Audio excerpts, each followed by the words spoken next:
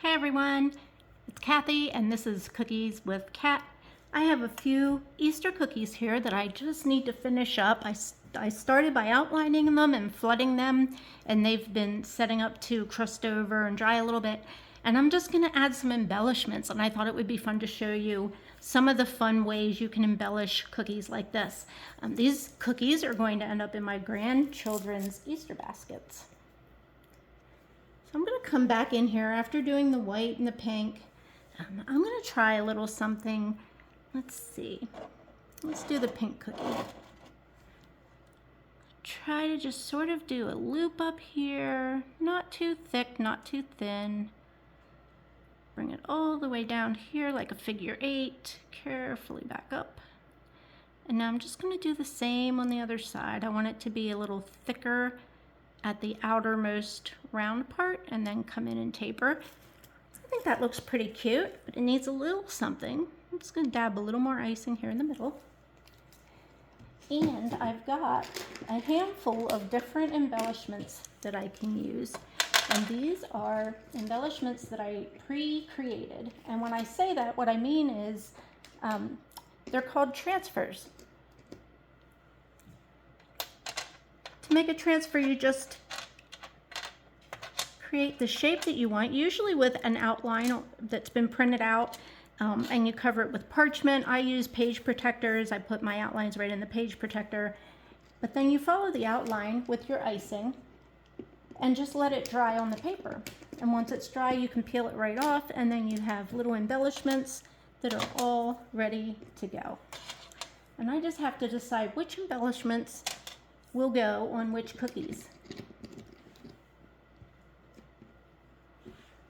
Maybe you can comment if you like my choices or not. Okay, so I did pink with a very pale green. I really like this yellow with the darker green, and I love how yellow and pink go together. So I'm going to add this right in the center. Oh, that's sweet. Now, if I wanted, I could add some more. I could maybe do like little rosebuds. I don't think this one needs that. I think what this one maybe needs is for me to come back in with some green that's about the same color as the center.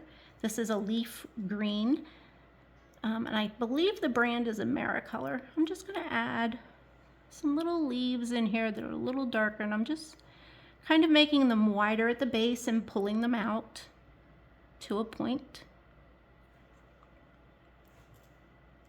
I think that's cute. I don't want to put too many leaves on it. Debating if I want one right there, but I think that might be a little bit too even. I think I'd like to do more like odd numbers, but maybe I can have 2 of them growing out of this area. Beef that up a little bit, and maybe now I can add another one and we still have an odd number.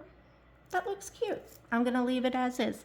I am very guilty of saying, oh, let me just add one more thing. Oh, this would look cute too. And the next thing you know, I've overdone it, and it doesn't look as good as it would have had I just stopped and allowed it to, be simple and be clean. So let's see, what do we think for this white one? I really am digging these dark purples. I just love that. And I think maybe with the dark purple, maybe I could do purple rosebuds as well.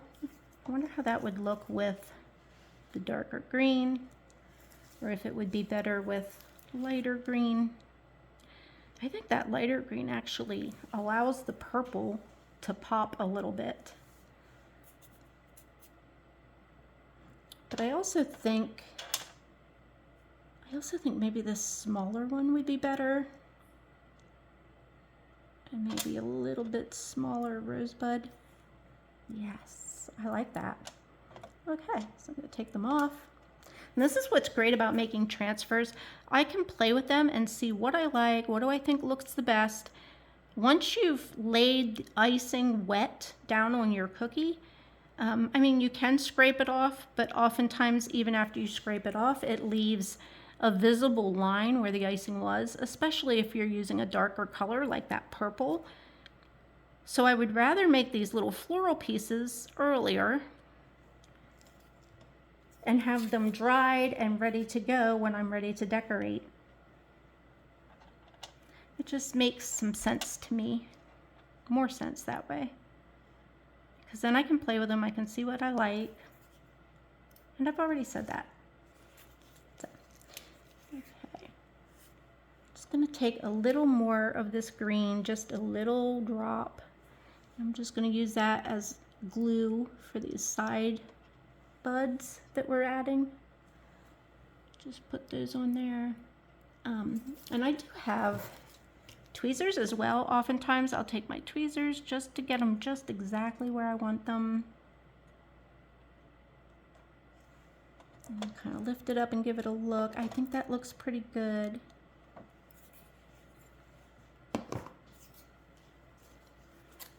And I think I'm actually going to stick with the light green to do a few little leafy embellishments.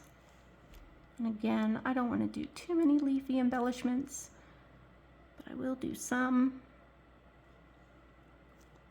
Now, what do you guys think? Good? I will put some over here maybe. There we go. I think that's good. I think that'll do. I'm feeling pink for this one. I'm gonna go ahead and do my same little figure 8 swirly. I want to have it cross right in the center. Just do this. That's looking pretty. This really pale pink. I love that. And now I have to decide what flowers, what embellishments. The purples are so nice. I really like the yellow. I really like this pink. Oof, come on. I really like this pink one. I think I might just do that right in the middle. Oh, that's so sweet. And see, I don't even know if I'm going to put any green embellishments on there. I think it looks very sweet just the way it is. Yeah, I think that one's going to be more simple. We'll leave it alone. And finally, this one. This one I might do a little differently. You can see as the cookie was drying, it got a little bit of a boo-boo right there. So what I might do, maybe try to use my scribe. If I can, I might be able to smooth it out just a tad. Get some of this extra little bit off. There we go. And now instead of just doing my loops in the middle, I'm going to go ahead and outline this one. And I believe lavender might be the color. I often have different colors of icing that are just left over from customer orders or cookie decorating classes that I do. And so when I'm doing a fun set like this that's really for my grandchildren, I'll just, go to the colors I already have on hand and use some of them up. And you can also freeze royal icing. So if you have a big batch of royal icing and you are like, oh my gosh, I had no idea the recipe was going to make this much, what am I going to do?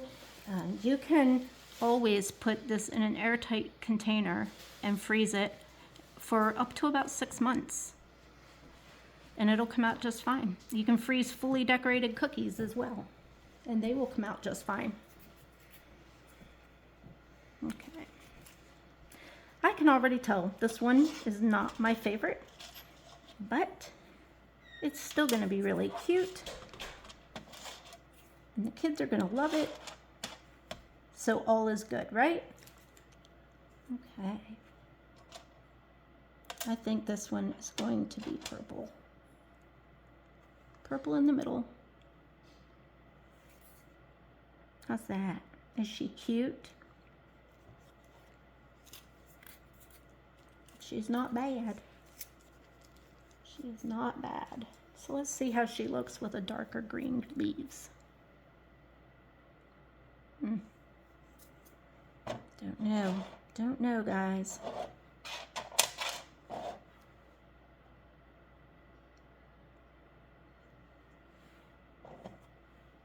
Oh gosh. I actually kind of like it now. All right. So, not perfect, but like I always say, beautiful things are rarely perfect, but they're still beautiful. There you go.